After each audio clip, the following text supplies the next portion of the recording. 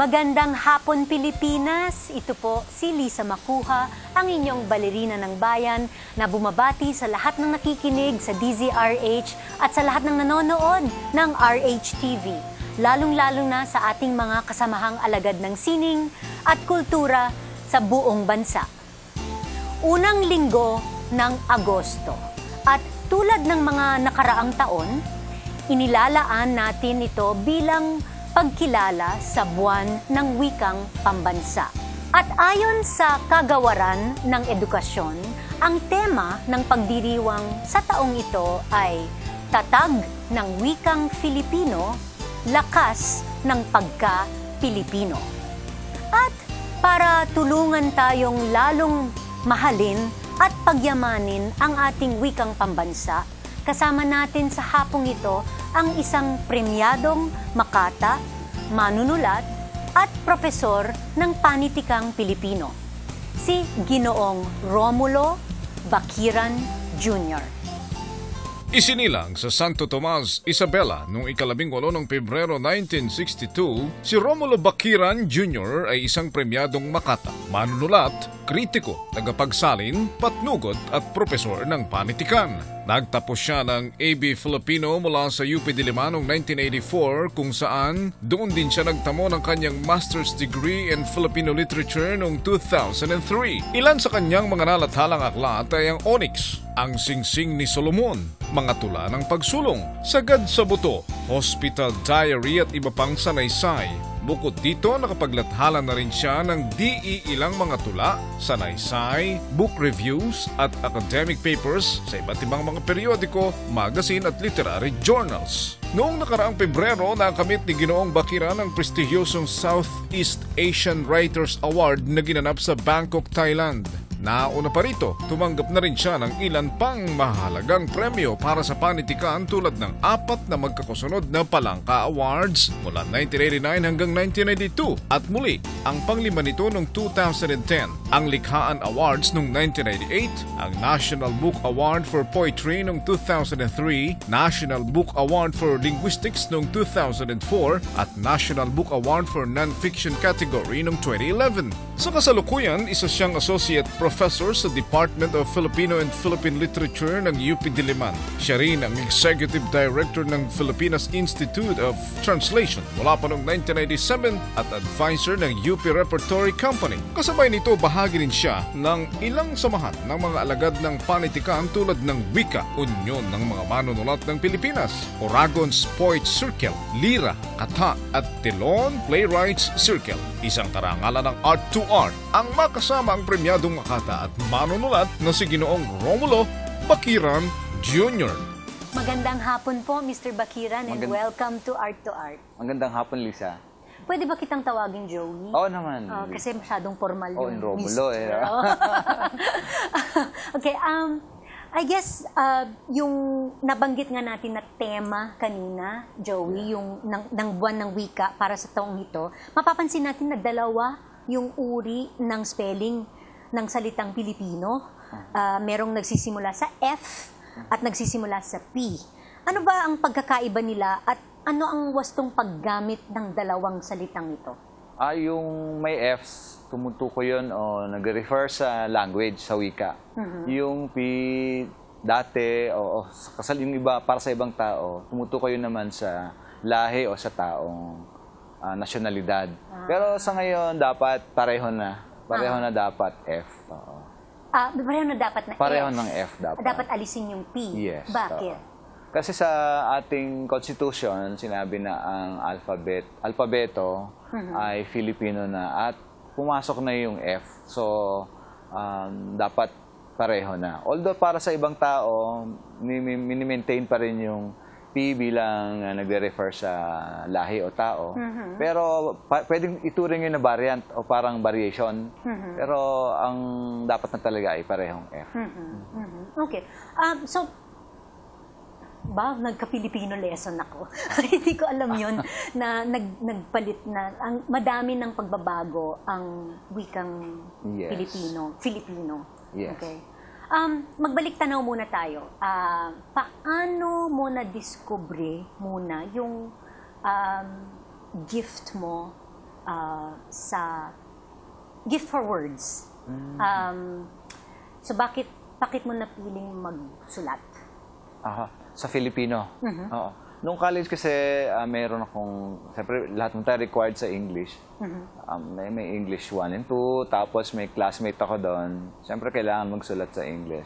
Nagsulat ako sa English, sa Filipino. Tapos yung magaling sa English, siyempre, nakita niya yung Filipino ko. And then sabi niya, mas mahusay ka sa Filipino. So, sabi ko, bakit ko paghihirapan yung English na hindi ko masyadong alam nung college? So, sabi ko, punta na ako dito sa meron akong plus points. So, mula noon, parang binuhos ko yung effort ko dito sa pagki-Filipino. At hindi naman nagkamali. Pero hindi ibig sabihin na kinalimutan ko naman yung English. Nandun pa rin naman tayo. Okay.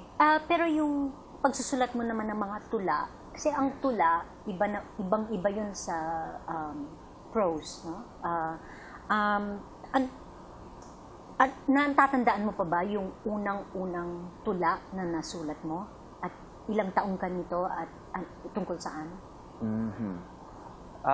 High school nagsusulat, pero parang parang hobby, gano'n. Ang seryosong change nung mag-workshop sa National Artist Virgilio Almario no early 80s, right after college. Tapos, doon parang naaral ko yung pagkakaiba nung gusto mo lang sumulat ng verse and then gusto mo sumulat ng tula. And then nakita ko na ang main ingredient talaga ng tula is the metaphor o yung talinghaga sa Tagalog. And it's difficult parang mahirap hulihin yung talinghaga. Yung pagsabi ng konti lang pero ang daming ibig sabihin. So, I think nung bandang pagkaraan ng college ko na-realize ang pagsulat ng tula. Yes. And anong mas gusto mong magsulat ng tula o magsulat ng verse? Siyempre yung tula. Kasi parang parang may gusto kang sabihin na hindi na pwedeng sabihin sa ibang form like kwento or teleserye o drama. But kasi ito ang bida dito is words and konting words.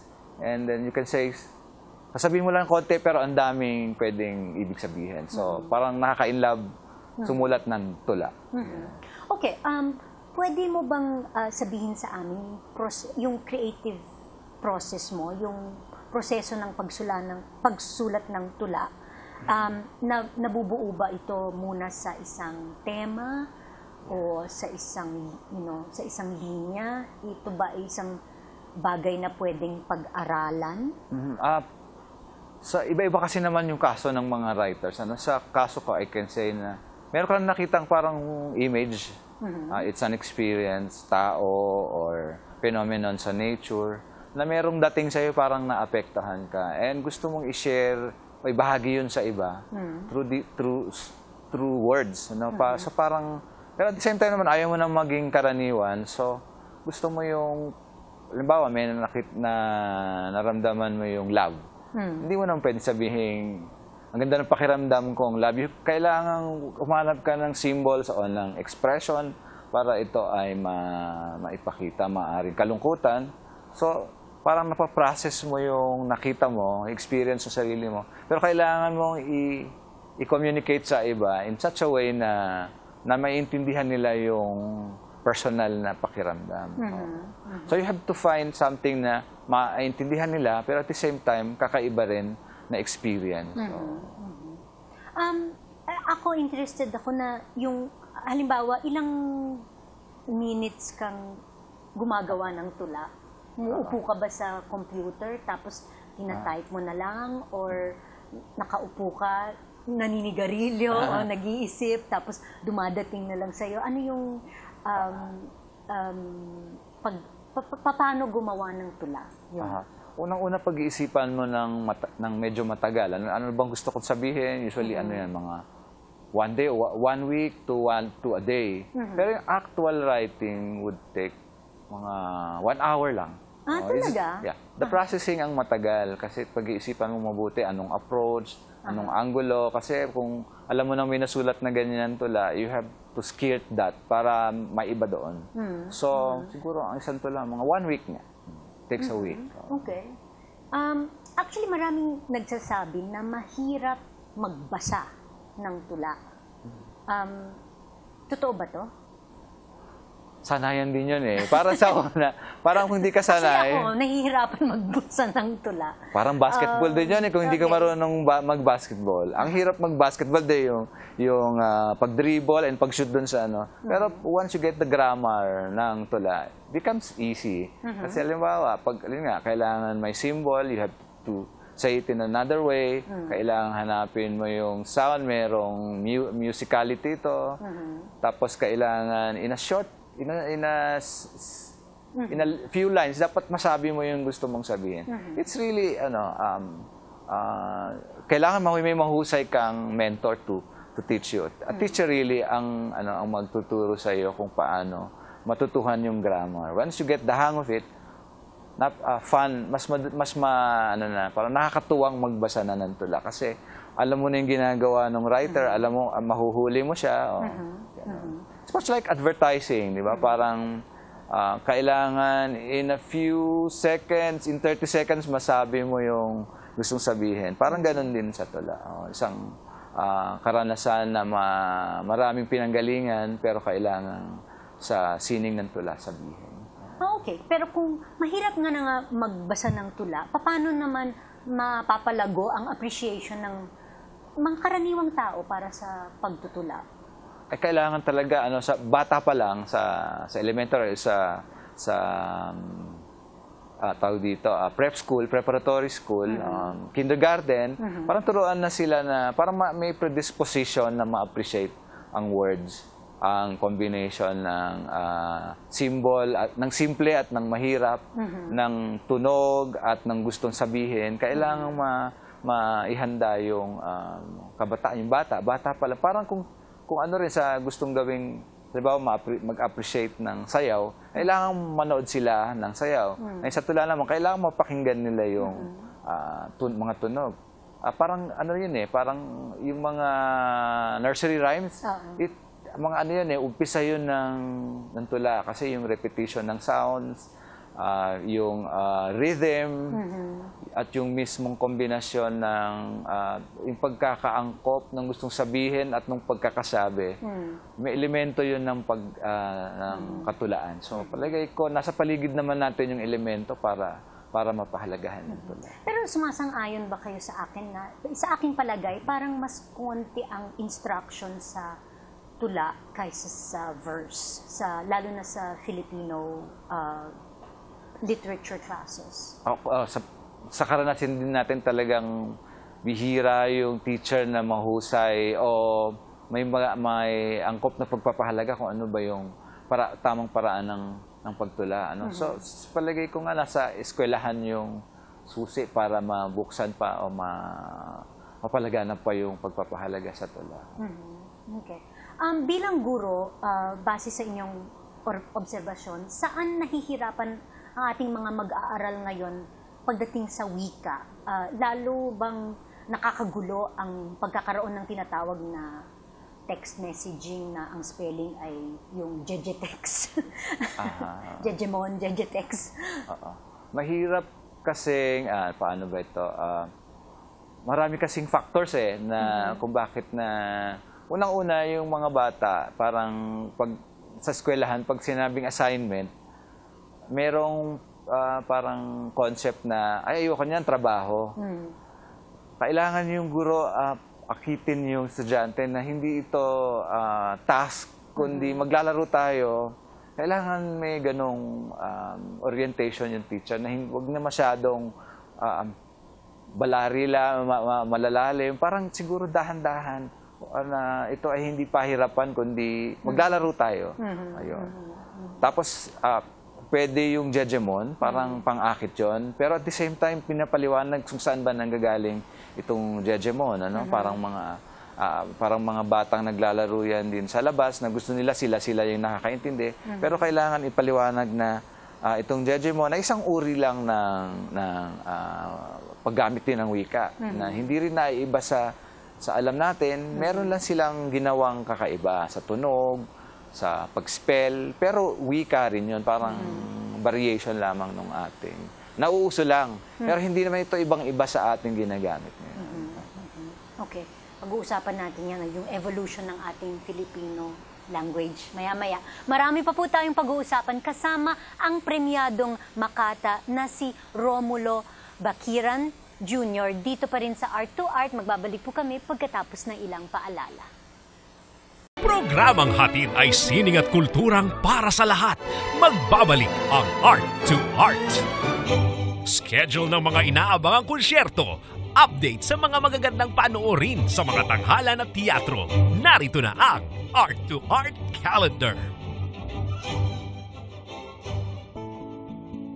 Narito ang ating Arts Calendar. Inihahandog ng Institute of Spirituality in Asia ang kanilang 12th Spirituality Forum na may temang Spirituality and Arts sa Titus Brandsma Center No. 24, Acacia Street, New Manila, Quezon City. Tampok na mga tagapagsalita sina art professor at author Father Rene Javellana at dance choreographer Agnes Locsin sa August 8, writer at literature professor Asuncion David Maramba at National Museum Assistant Director Ana Maria Labrador sa August 9, at National Commission for Culture and the Arts Chair Felipe De Leon Jr. sa August 10. Para sa karagdagang detalye, tumawag sa ISA at 723-0449 o 412-2715 o mag-email sa spirit@isa.org.ph. Sa teatro, inihahandog ng Dula ang UP ang muling pagtatanghal ng Noli Me Tangere, The Opera, obra ni national artist Felipe Padilla de Leon at may libreto ni national artist Guillermo Tolentino base sa Noli Me Tangere ni Jose Rizal. Patuloy ang palabas sa August 8, 9 at 10, alas 7 ng gabi at sa August 11, alas 10 ng umaga at alas 3 ng hapon sa Wilfredo Maria Guerrero Theater sa Palma Hall ng UP Diliman, Quezon City. Para sa ticket, tumawag sa Dula ang UP at 926-1349 o 433-7840. Inihahandog naman ng Ateneo Blue Repertory ang kanilang produksyon ng 13, The Musical, hanggang August 11 sa Fine Arts Theater ng Ateneo de Manila University, Katipunan Avenue, Quezon City. Isang Broadway play, ito ay kwento ni Evan Goldman, isang New Yorker na malapit na maging edad 13 na kinakailangang lumipat sa Indiana matapos maghiwalay ang kanyang mga magulang. Ipapakita kung paano haharapin ni Evan ang mga sitwasyon sa bago niyang tirahan. Sa sining biswal, inihahandog ng Water Dragon Gallery ang kauna-unahang solo exhibit ng pintor na si Toro na pinamagatang The Madness of Toro. Tampok dito ang mga tinatawag na gestural abstract expressionist o action painting. Makikita ang exhibit hanggang August 9. Ang Water Dragon Gallery ay matatagpuan sa RCBC Plaza, Ayala Avenue Corner, Senator Hill Puyat Avenue, Salcedo Village, Makati City. Para sa karagdagang detalye, mag-email sa thewateragon@yuchenkomuseum.org. Ballet Manila brings back an all-Filipino original production that combines magic, myth, and a message of love for Mother Earth in Alamat, Sisibol at Sigunaw. Goes on stage on August 24, 25, and 26, and September 1 and 2 at the Aliw Theater. Ballet Manila's Alamat, Sisibol at Sigunaw, it's a ballet spectacle for the whole family. Don't miss it. Brought to you by major sponsors Manila Hotel, Manila Broadcasting Company, Bookmark, and Star City. For tickets, please call Ballet Manila at 525-5967 or 400-0292 or log on to balletmanila.com.ph. Tickets also available through Ticket World at 891-9999.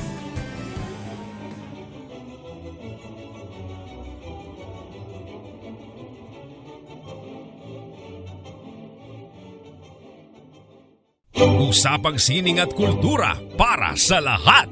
Kasama ang balerina ng bayan, si Lisa Macuja. Art to Art.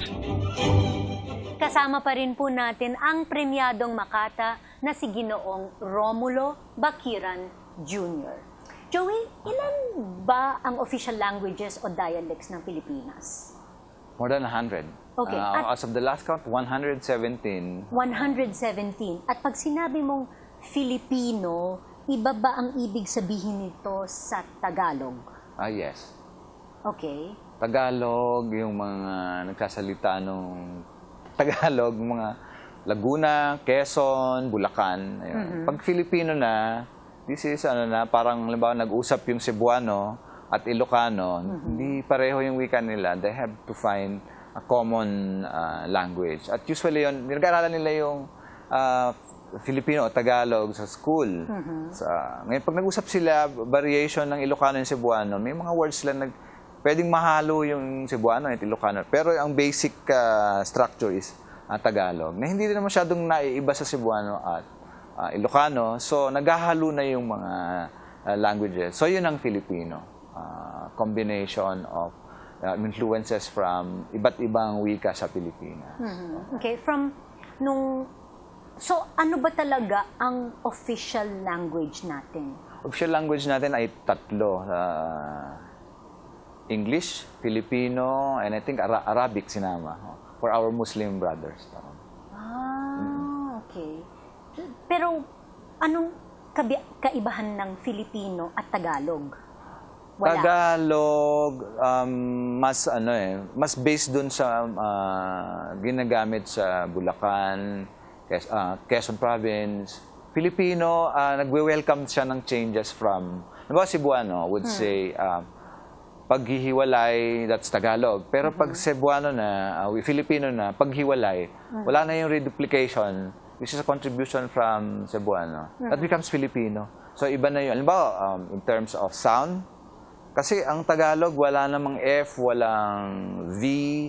Yung iba nating languages like from Ibanag, merong V at may F. So, yun ang pinasok natin. So, ang Filipino, meron na, in terms of sound, merong F, merong V. Tagalog, wala. Ang Tagalog, wala ring Z. So, kapag pumasok na ito sa, sabihin na natin ang matrix Tagalog, pero the moment na i-welcome mo na yung ibang elements like sound, vocabulary, and structure, grammar, nagiging Filipino na siya. It takes time naman for it to evolve. And evolve it did. Naging editor ka ng Diksionaryong Pilipino, and I'm sure maraming mga bagong salita na pumasok doon na wala sa diksyonaryo nung araw. Yes. I mean, kung halimbawa yung counterpart sa English ay may pumasok na ng mga bagong mga verbs, may bagong mga, just like SMS, SMS me. I'm sure ngayon marami ng mga similar examples. Yes. For example, may mga respellings from English like miscall, or in fact kahit wholesale. Nasa dictionary na yon? Nasa dictionary na siya. Talaga? Yes. Okay. Language, Swartspeak, inaano rin, like Baduy or Tigok, Tegi, mga ganyan. It's slowly coming into the dictionary. Mini-welcome na siya. Pero merong process na dinadaanan. So ano yung process? The process would be, it should be popular. Parang alam na ng maraming tao. For example, Jeprox from the 70s. Mga 30 years na. So it's being, nag-circulate pa. So pwede na ipasok sa dictionary. So ganon dapat. It should be used by so many. Pero sino ang gumagawa ng desisyon kung ipapasok na ito sa dictionary o hindi? Meron kasing committee of scholars nung editors ng dictionary, and they monitor mass media, the print. Kailangan na nakaprint siya sa dyaryo or sa libro. Pag binilang na yung appearances from verbal and printed media and textbooks, pwede nang ipasok sa dictionary as long as marami nang nakakakilala dun sa word na yon. Okay. So anong masasabi mo sa mga news programs natin sa telebisyon ngayon na nasa Pilipino na? Mas nahahasa ba tayo sa wika natin dahil dito? Paano naman ang proficiency natin sa English? Hindi ba naapektuhan nito? The mass media, kasi meron lang silang basic vocabulary ginagamit. Hindi talaga enrich o pwedeng gumamit ng malalalim kasi ang basic denominator would be for everyone to understand. So, limited din yung bokabularyo. Ang nagiging contribution ng mass media is to popularize ang ilang paggamit. No? Na maaring mali sa tingin ng iba, pero dahil ito ay napopopular, it becomes napapasok, welcome dun sa system ng language. For example, yung kaganapan, which is really, it really means fulfillment. Pero ang gusto sabihin ng mass media is event, pangyayari. Pero dahil sa kaulit, ang gano'n naman sa language, once becomes very common, natatanggap na. So kahit medyo mali yung kaganapan, now it is equivalent to pangyayari, event. So, gano'n naman yung process ng language. Hindi naman siya stable na dyan na lang siya. So, ito yung nangyayari. Well, paano pa natin mapapaghusay ang kaalaman at kasanayan natin sa wikang Pilipino? Well, meron kasing teorya sa wika na sinasabing pag bilingual ka, alam mo pareho yung dalawang wika. Kailangan, lalo na kung functional, talagang kailangan mong gamitin pareho sabay sa iyong literate life. Then, kailangan pag-aralan ng tao yung dalawang wika para maging proficient siya dito. Pero syempre, ang reality naman, hindi naman tayo lahat pwedeng mag-aral ng maging proficient lahat sa English, 100%. So, merong mga sectors dapat tignan na ito ang master niya, Filipino. Ito naman, master niya, English. Hindi dapat, dapat tignan yun na positive na hindi porke hindi siya masyadong marunong sa Filipino. Lower na siya o kaya kung masyadong proficient sa English, elitista, dapat tanggalin yung mga ganong categorical classifications na mas tignan ito na magamit ng mas ng buong lipunan na meron talagang kailangang mga Filipino na mahusay mag-English para pero at the same time dapat marunong sila ng Filipino para ma-welcome yung knowledge, ma-share yung kanilang skills sa iba sa pagtuturo or sa pag-share nitong nakuha nila from other cultures. Okay. Miyembro ka ng maraming writers groups tulad ng Umpil, Yes. Lira, Wika, at iba pa. Kwentahan mo naman kami ng kaunti tungkol sa mga grupong ito at sino-sino ang pwedeng sumali dito para doon sa mga interesado. Yeah.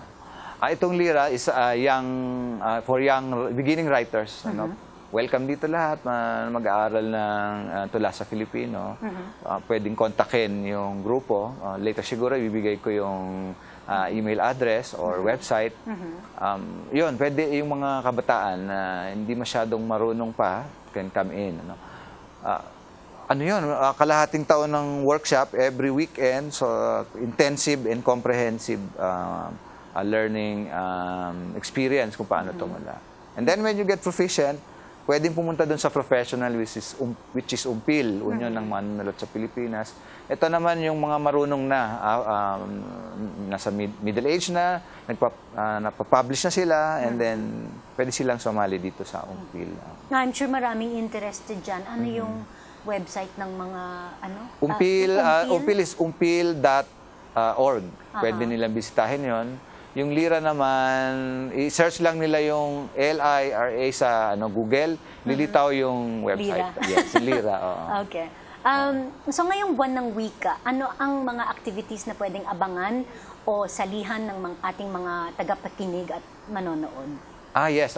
Itong Umpil yung professional group, merong kaming conference para sa teachers.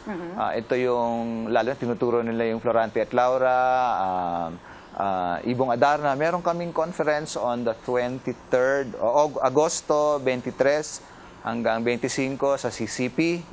Pwede silang umattend dito at tuturuan kung paano ituro ang Florante at Laura at iba pang leksyon na pinag-aaralan sa schools. Yes.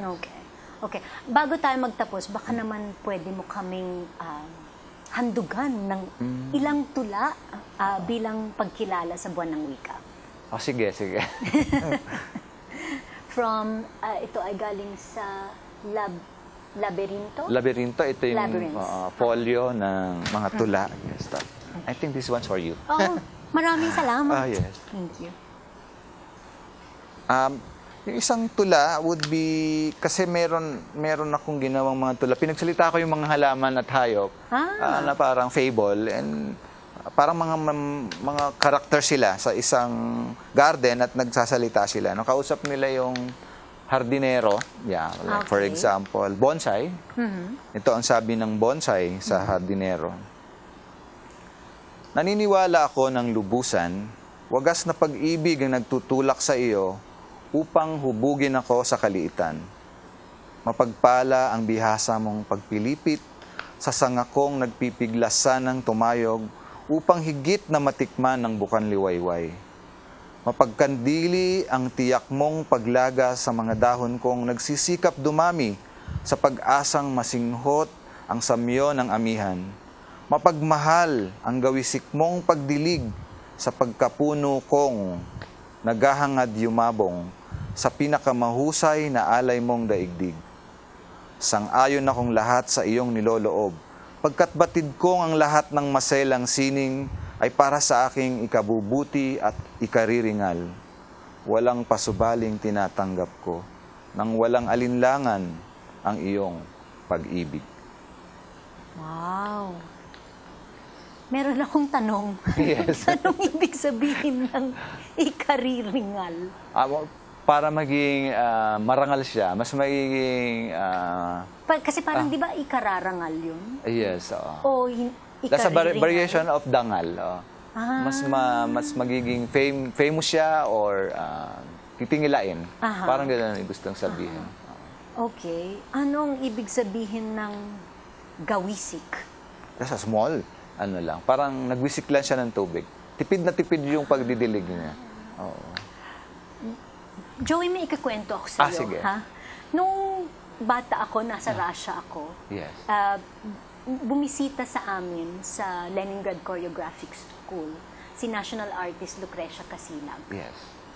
Ang dala niyang interpreter ay nagsasalita lang sa wikang Filipino. Yes. Hindi siya marunong mag-Ingles. Russian lang at wikang Filipino ang Wow. alam niya. No? At tinawagan ako para umakyat sa opisina ng aming direktor ng eskwelahan dahil hindi maintindihan ni Dr. Lucrecia Casilag ang kanyang interpreter, ang kanyang Tagalog. So ang nangyari Ikaw ang naging is ako ang interpreter. naging interpreter from Russian to English. And then English to Russian. And if our national artist, Dr. Lucrecia Casilag, could not, actually, ang phenomenon na parang gusto kong ikwento sa iyo is, kung nagsasalita lang yung tao ng Tagalog, maski Pilipino, hindi siya naiintindihan. So, anong masasabi mo doon? Hindi ba parang, yun, parang mas masagwa? Oo. Baka siguro... Yung development na ganon, ha? baka yung variation nung Filipino nila, hindi talaga baka masyadong literary yung Masyadong ginamit. parang Masyadong formal. Parang balagtasan or parang Florante at Laura yung style nung interpreter. style nung interpreter. Pero medyo namangha ako dun sa interpreter kasi talagang mas alam niya ang wikang Tagalog, ang wikang Filipino kaysa sa akin. Yeah. So, at mas komportable kaming makipag-usap sa Russian, sa Ruso, kaysa sa wikang Pilipino. Talaga. So, para sa akin, it was just a big, unusual and ironic situation sa akin sa Russia. I mean, 18 gulang pa lang ako noon. So, I mean, sana naman ngayon mas magaling na yung Tagalog ko. Oo naman. and we also have more time for one more point. Can you pwede mo naman kaming sige, pagbigyan na isa pang This point. one naman, sa syudad natin maraming nangyayaring demolition and especially old houses na dapat iligtas natin pero may mga ilang sektor na hindi masyadong na-appreciate. So parang ito, dramatization ng bahay na winawasak. Okay. Bahay. Agad na lumitaw ang tadyang ng bahay sa unang hataw pa lang ng pahinante sa nanginginig na mga pader. Napupunit ang mga fleur-de-lis sa dingding na dekadang di namulagatan ng sikat ng araw at di nahipan ng hangin. Iglap lamang na nawakwak ang atay ng silid tulugan ng Panginoong pumanaw, tumambad ang sahig na kamagong, nangingilabot sa bareta de cabrang susuwag, walang salang magkakalas sa matalik na lapat ng materyales puertes. Walang lakas ang pakong pinalutong ng katandaan, ninatngat ng kalawang. Piraso ng biskwit sa bagang ng masong nagmamadali sa pagkagat at pagngata. Unti-unting nawawala ang baitang ng hagdang kay daming hakbang ng henerasyong lumaktaw sa inog ng marmol. Hindi akalaing kakalabugin ng mabigat na padyak ng mga bayarang mangwawasak. Walang lupit sa kanilang kilos. Kinontrata lang silang alisin sa guhit langit ang bungi-bunging ngiti ng bintanang kapis na sumisilip sa likod ng ngalay na barandilya. Tutumba ang haligi, bibigay ang pundasyon kasabay ng paglatag ng makapal na alikabok sa mga nabasag na kwadro ng nakangiting labi. Isang oras mong ginawa ito? Mga 1 oras. Wow! Okay. Mabilis na naman nagdaan ang kalahating oras. Nagpapasalamat kami sa iyo, Joey, sa pagbisita mo dito sa amin. Maraming sa Art to salamat Art. din sa pag-aanyaya sa akin. At salamat sa paghahandog mo sa amin ng iyong mga tula. Sana ay maging matagumpay ang inyong mga events para sa Buwan ng Wika. Mga kaibigan, samahan ninyo kami ulit sa susunod na linggo, alas 3:30 ng hapon, dito lamang sa Art to Art. Ito po si Lisa Macuja, nagbibigay pugay sa artistang Pilipino at sa lahat ng Pilipinong nagmamahal sa bayan.